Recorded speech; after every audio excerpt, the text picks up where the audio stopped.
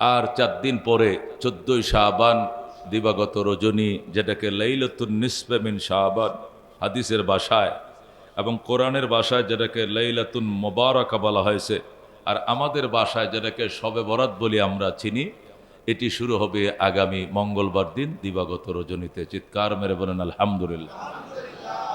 কোরআন হাদিস ঘাঁটাঘাঁটি করে দেখলাম, ওলামায়ে কেরাম দেখলো, শবে বরাতে 3টি আমল প্রমাণিত। কয়টি আমল? 3টি আমল প্রমাণিত। 1 নম্বর আমল হলো গুরুস্থানে যাওয়া। কি যাওয়া? নবী আলাইহিস সালাতু ওয়াস সালাম শবে বরাতে গুরুস্থানে গিয়েছেন। আম্মাজান আয়েশা রাদিয়াল্লাহু তাআলা আনহা থেকে হাদিস বর্ণিত, আম্মাজান বলেন, রাত্রিবেলায় একদিন নবীকে আমি হঠাৎ করে বিছানায় পাচ্ছিলাম না।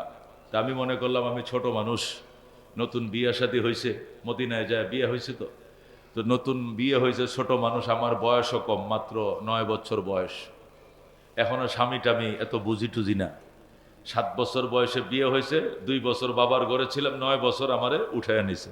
উঠায় নেয় না, আগদ পরায় রাখছে, কাপিন টাপিন পরায় রাখছে। এরপরে আরো 2 বছর পরে 9 বছর যখন পড়ছে, আয়েশাকে নবী উঠায় নিয়েছেন। তখনও এই খেলাধুলা প্রিয় আম্মাজান আয়েশা। নবী বাজারে গেলে আম্মাজান আয়েশা বলতেন, আমার লাগে পুতুল আনেন। কি আনেন? ওই যে মাটির পুতুল আছে না, তো নবীজি বেড়া পুতুল, বেডি পুতুল, ওই যে পুরুষ মহিলা পুতুল আছে না, এটা আইনা দিত। এদের বেড়া করে পাঞ্জাবি পরাইতো, বেডি করে শাড়ি পরাইতো, আবার ওই যে হান্ডি পাতিল আইনা দিত। ওই যে খেলাধুলা করে ছোট বাচ্চারা, হাঁড়ি পাতিল খেলে না, এই যুগলগুলো আল্লাহ নবী আম্মাজানকে কিনে দিতেন। এখন বজেন বয়স কত কম ছিল। আল্লাহু আকবার। শারীরিক গঠন গাঠন হৃষ্টপুষ্ট ছিল, গঠন গাঠন আম্মাজানের ভালো ছিল। এই জন্য তার আব্বাজান আবু বকর সিদ্দিক রাদিয়াল্লাহু তাআলা আনহু নবীর কাছে বিয়া দেওয়ার জন্য উদ্গ্রীব ছিলেন।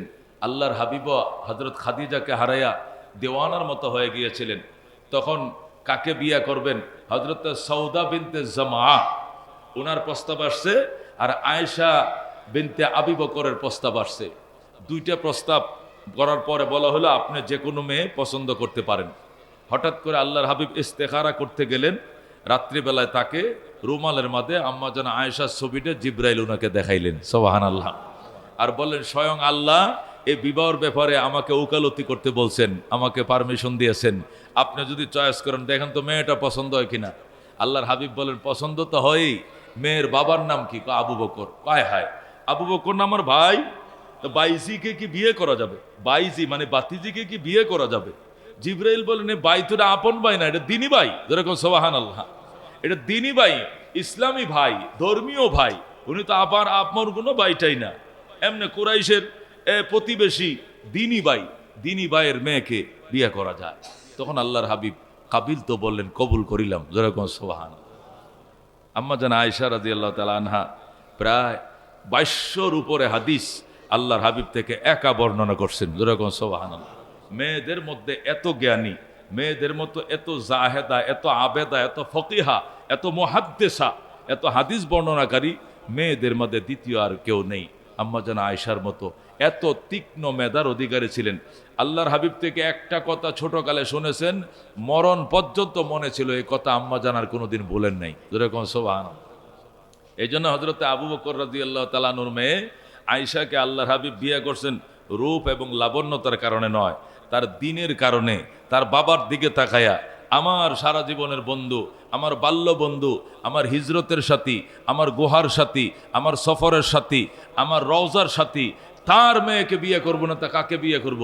আবু বকরের মেয়ে বিবেচনা করে, জিব্রাইলের উকালতি বিবেচনা করে, এবং ফকিহা, জাহেদা, আবেদা এবং মুহাদ্দিসা বিবেচনা করে আবু বকর তাকে বিয়ে করছেন। আর নতুবা আবু বকর রাদিয়াল্লাহু তাআলা আনহুর মেয়েকে আল্লাহর হাবিব বিয়ে করছেন। জৈবিক চাহিদা মেটানোটাই তার জীবনের প্রধান লক্ষ্য ছিল না। আজকাল দুনিয়াতে অনেকে বলে এরকম কুমারী মেয়েকে বিবাহ করতে হয় যার বয়স মাত্র 9। আর নবী আলাইহিস সালাম এত কম বয়সে মেয়েকে বিয়ে করলেন কেন? উনি নারী লুবি ছিলেন। যেরকম নাউজুবিল্লাহ মিন যালিক। আল্লাহর হাবিব সাল্লাল্লাহু আলাইহি ওয়াসাল্লাম নারী লুবি ছিলেন না। আল্লাহর হাবিব সাল্লাল্লাহু আলাইহি ওয়াসাল্লাম 11 জন বিয়ে করছেন। 11 জনের মধ্যে 10 জনে ছিল রারি বিধবা, একজনই ছিল শুধু কুমারী। 10 জনে ছিল রারি। প্রথম বিবাহটাই দেখেন, নবীজির বয়স মাত্র 25, খাদিজার বয়স 40, 2 জায়গায় উনি বিয়ে হয়েছেন। আবু আতিকের কাছে বিয়ে বসছেন, মারা গেছে। আবু জুরারার কাছে বিয়ে বসছেন, মারা গেছে। দুনুগর থেকে সন্তান ছিল। শেষে তিনি সিদ্ধান্ত নিলেন আর বিয়েই করবেন না। হযরত খাদিজা, 2 জায়গায় বিয়ে বসলাম, দুনো জায়গায় স্বামী হারাইলাম, বিধবা, আমি আর বিয়ে বসবো না। তখন তিনি ব্যবসায় মনোনিবেশ দিলেন, ব্যবসা শুরু করলেন। ব্যবসার মধ্যে উনি এত ব্যবসা বুঝতেন। মক্কার মধ্যে 17 জন মানুষ শিক্ষিত ছিল, নারী পুরুষ মিলাইয়া 17 জন মানুষ মাত্র শিক্ষিত ছিল, হাতে গোনা। নারী পুরুষ 2 গ্রুপ মিলাইয়া 17 জন, শুধু পুরুষ না, নারী পুরুষ মিলাইয়া 17 জন মানুষ শিক্ষিত ছিল গোটা আরবে। তার মধ্যে একজন ছিলেন হযরত খাদিজা। যেরকম সুবহানাল্লাহ। ওই জমানায় যখন টাপ শিক্ষিত পাওয়াটা, 10 গ্রামের মধ্যে একজন শিক্ষিত লোক নাই, 50 গ্রামে একটা লোক নাই, একটা গোত্রের মধ্যে একটা আক্ষরিক জ্ঞানওয়ালা নাই, যাদের 1 নম্বর লকব ছিল এরা উম্মি, নিরক্ষর, এরা লেখাপড়া জানে না, মূর্খ। আল্লাহ, সেই জামানায় খাদিজা শিক্ষিতা ছিলেন। 2টি স্বামী হারায়া বাবারে বললেন, বাবা আমি আর বিয়ে বসবো না, বিয়ে বসবো না, বসবেই না। ইতিমধ্যে বাবাও মারা গেলেন। খাদিজার আব্বাজান মক্কার সংসদ সদস্য ছিলেন, উনি মারা গেলেন। এরপরে খাদিজার চাচা তার বাতিজির লালন পালনের দায়িত্ব নিলেন। খাদিজা ব্যবসা শুরু করলেন।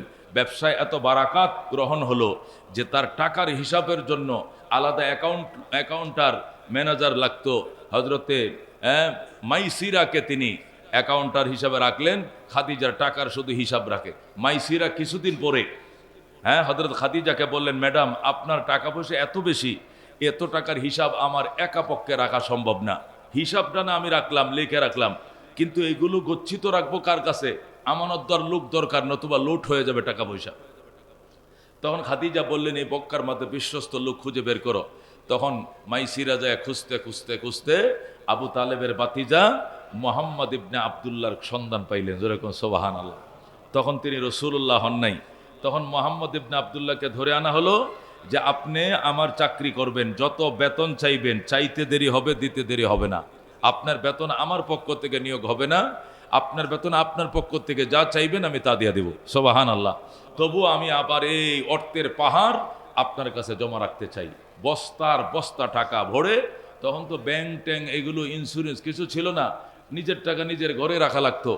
এই আল্লাহর হাবিবের কাছে রাখা হলো। আল্লাহর হাবিব বললেন, আমার চাচা জানের সাথে পরামর্শ করতে হবে। আবু তালেব বললেন যে মক্কায় থেকে যদি ডিউটি করা যায় তাহলে করতে পারবে, মক্কার বাহিরে এই বাতিজাকে আমি একা যাইতে দিব না। কারণ ওর মা আমার কানে অনেক কথা বলে গেছে, এই ছেলে পেটে নিয়েও অনেক স্বপ্ন দেখছে। আমার আব্বা আব্দুল মুত্তালিবও বলে গেছেন এই ছেলে নাকি দুনিয়াকে চমক দেখাবে। কি চমক দেখাবে এখনো তো দেখি নাই।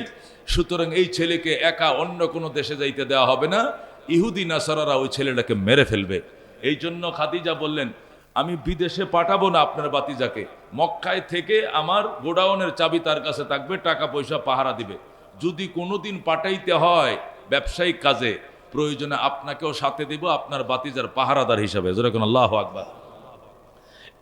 এই শর্তে খাদিজা আল্লাহর হাবিব সাল্লাল্লাহু আলাইহি সাল্লামকে নিয়োগ দিলেন যে যদি বাহিরে পাঠায় তাহলে আবু তালেবও সাথে থাকবে। অনেক দিন ধরে ব্যবসা বাণিজ্য চলছে, নিখুঁতভাবে সংরক্ষণ করছেন খাদিজার অর্থ সম্পদ।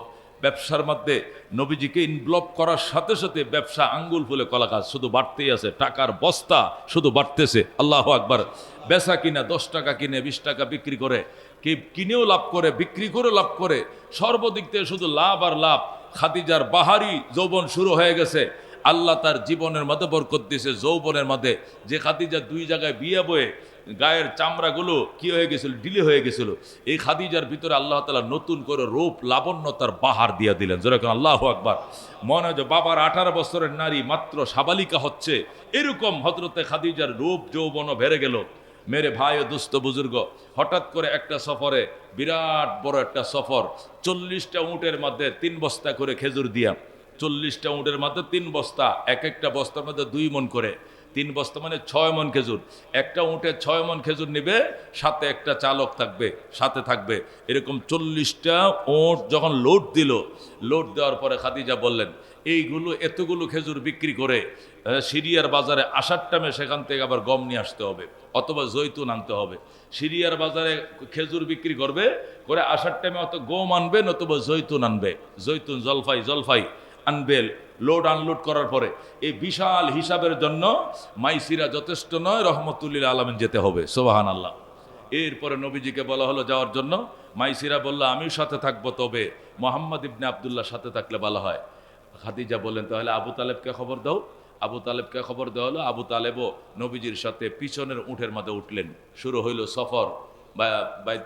মক্কার থেকে রওনা করছে উটের বহর, 40টা উট লুট করে রওনা করছে সিরিয়ার দিকে।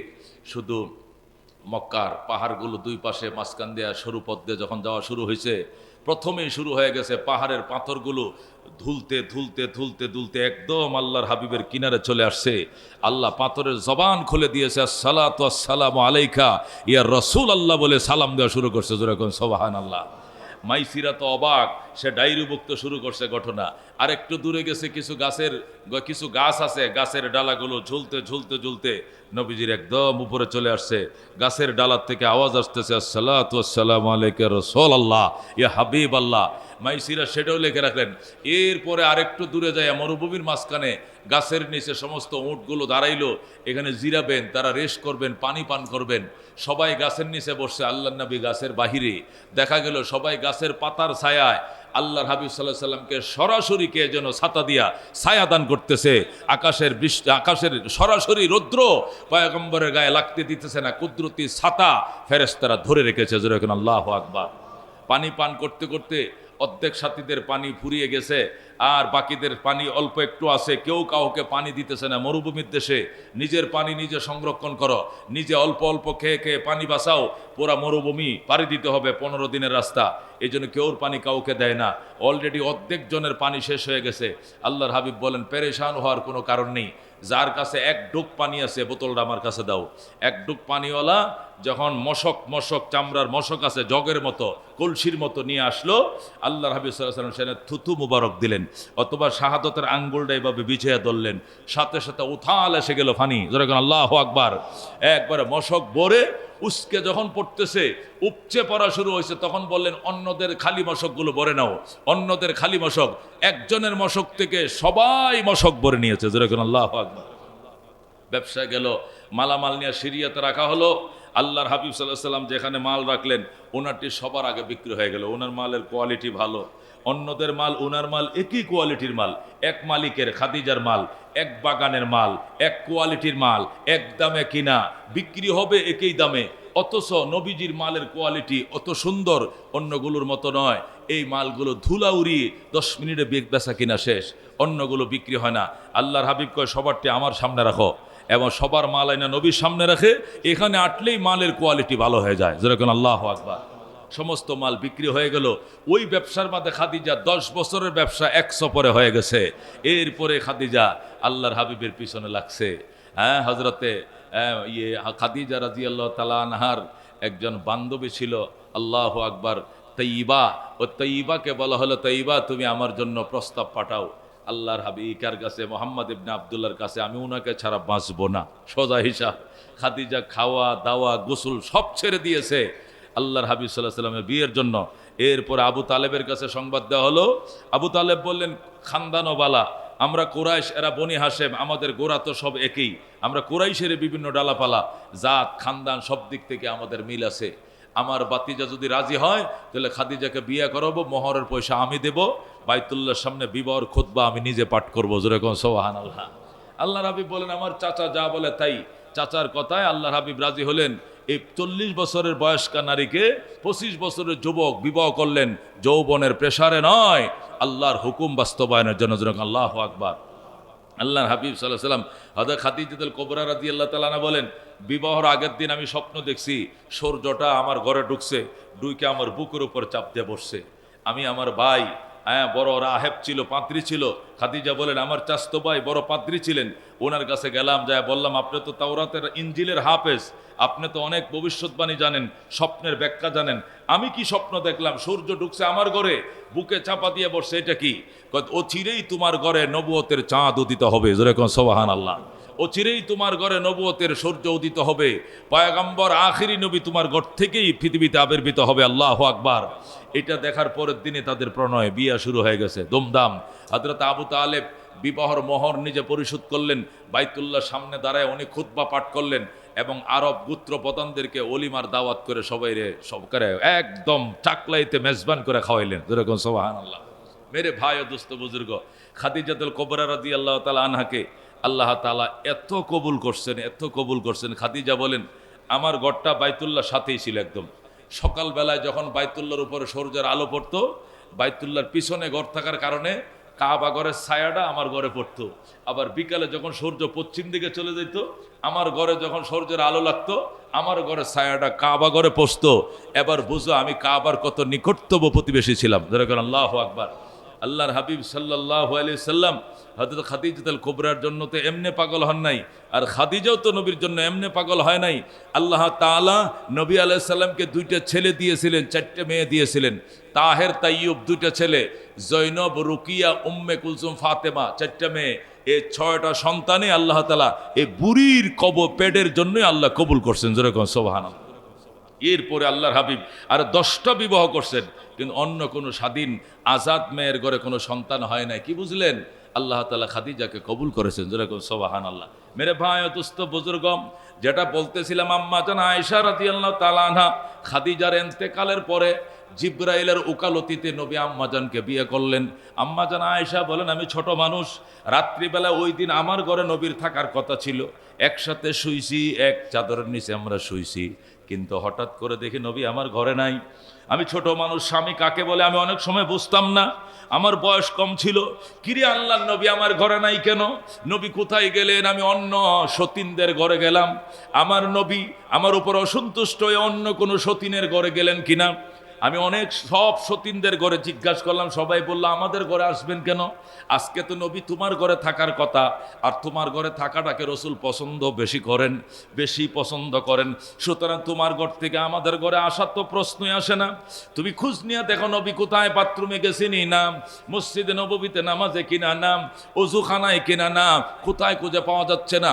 আম্মা জানকো আমি পাগল হয়ে গেলাম, দৌড়াইয়া যাইয়া আমি জান্নাতুল বকির মধ্য থেকে আমি কান্নার আওয়াজ শুনলাম।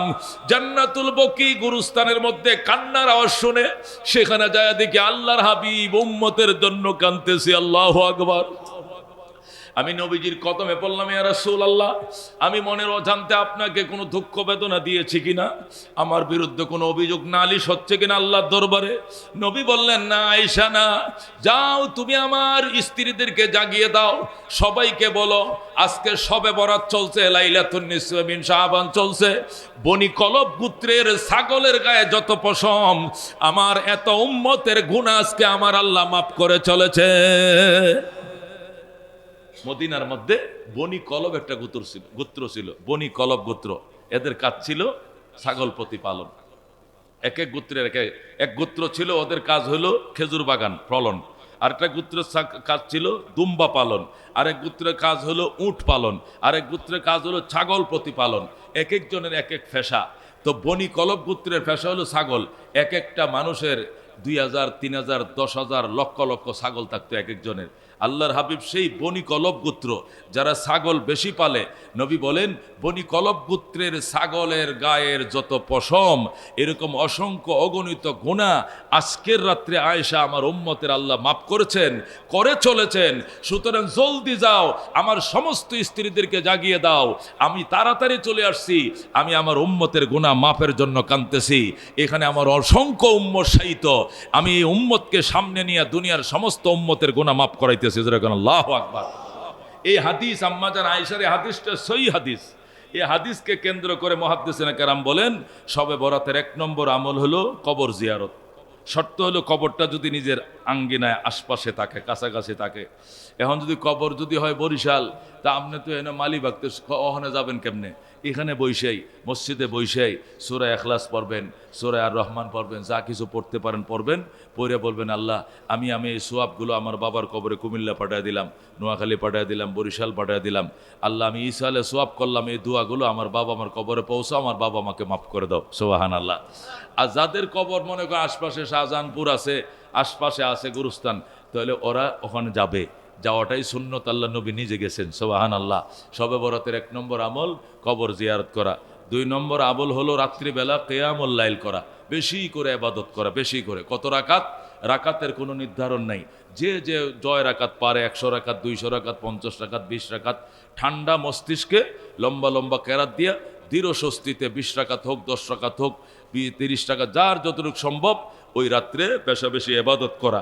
এটা হলো ফাকুমু লাইলাহা। 3 নম্বর এবাদত হলো ওয়াসুমু ইয়াউমাহা, পরের দিন 15 তারিখ, হ্যাঁ, দিনের বেলায় রোজা রাখা। 15 তারিখ কি রাখা? রোজা রাখা। এই 3টে আমল, গোরস্থানে যাওয়া অথবা কবর জিয়ারত করা, রাত্রিবেলায় এবাদত করা, দিনের বেলা কি করা?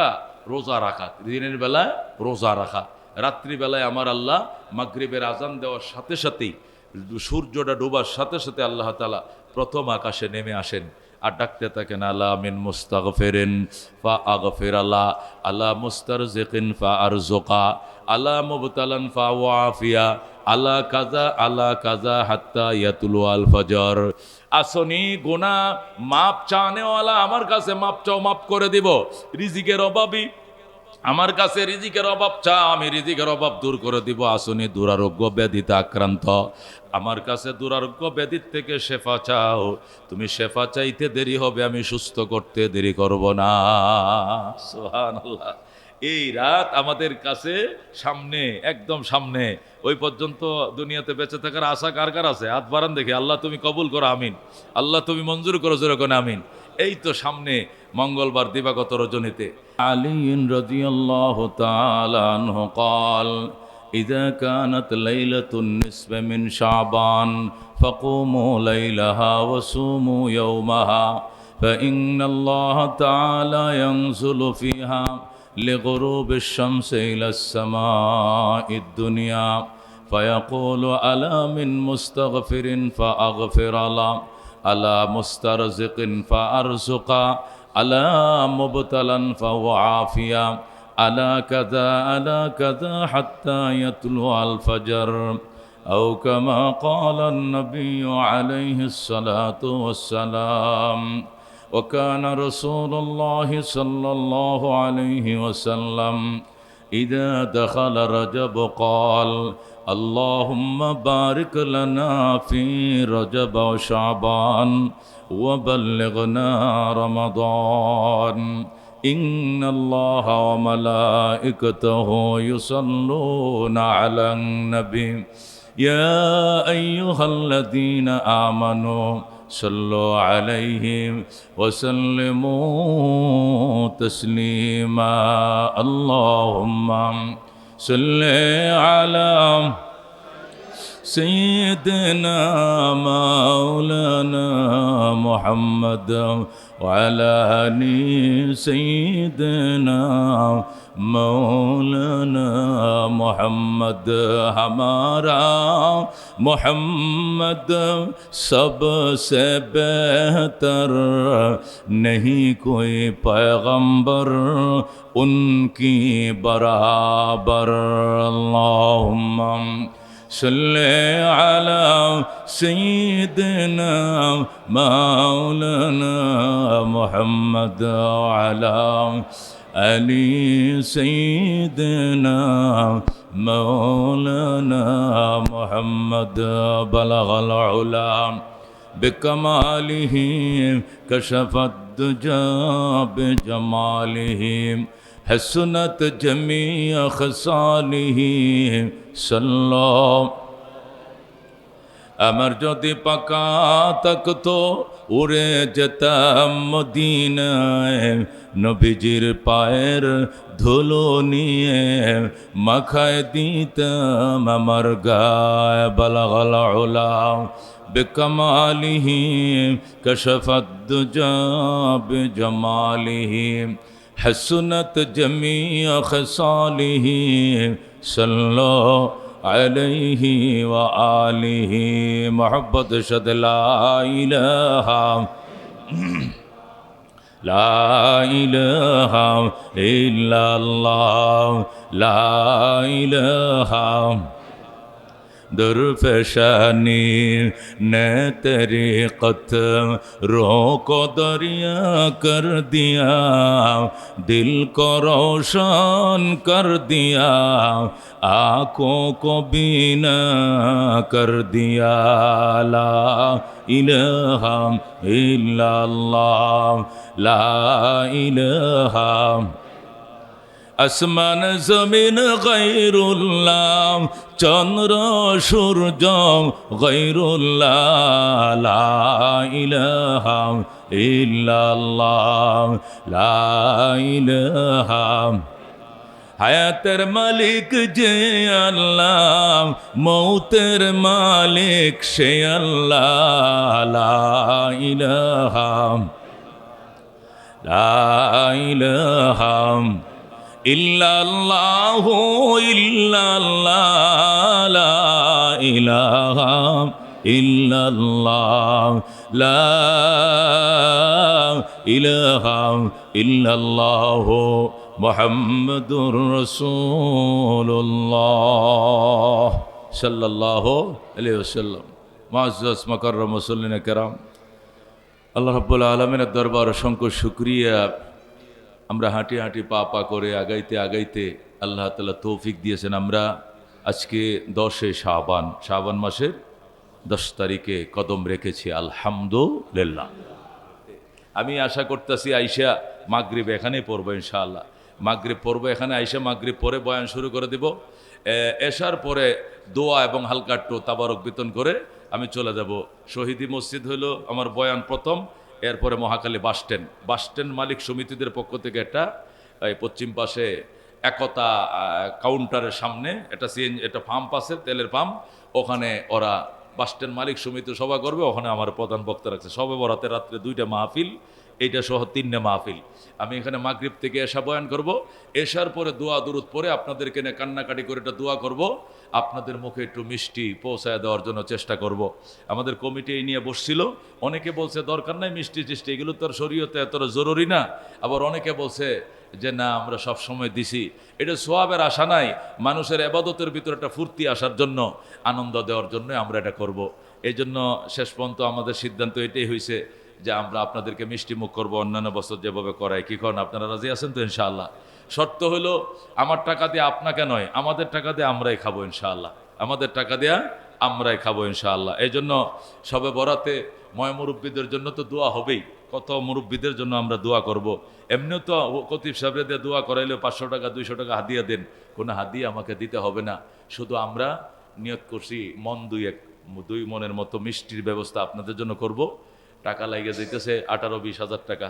এই জন্য আপনাদের কাছে আকুল আবেদন, সদকায়ে জারিয়া হিসাবে এই সালে সোয়াব হিসাবে, সদকায়ে জারিয়া হিসাবে এবাদতের মধ্যে ফুর্তি তৈরি করার জন্য, যাতে রাতভর জেগে আমরা সারাটা রাত এবাদত কাটাইতে পারি, এটা জরুরি মনে না করে, এটা কুসংস্কার মনে না করে, এমনি আমরা এবাদতের নিয়তে সদকায়ে জারিয়া হিসাবে আমরা এই মিষ্টিতে একটু শরীক হতে চাই। বিসমিল্লাহ বলে আমার নামে লেখেন 500 টাকা। আমি প্রথমে ইনশাল্লাহ 500 টাকা দেব।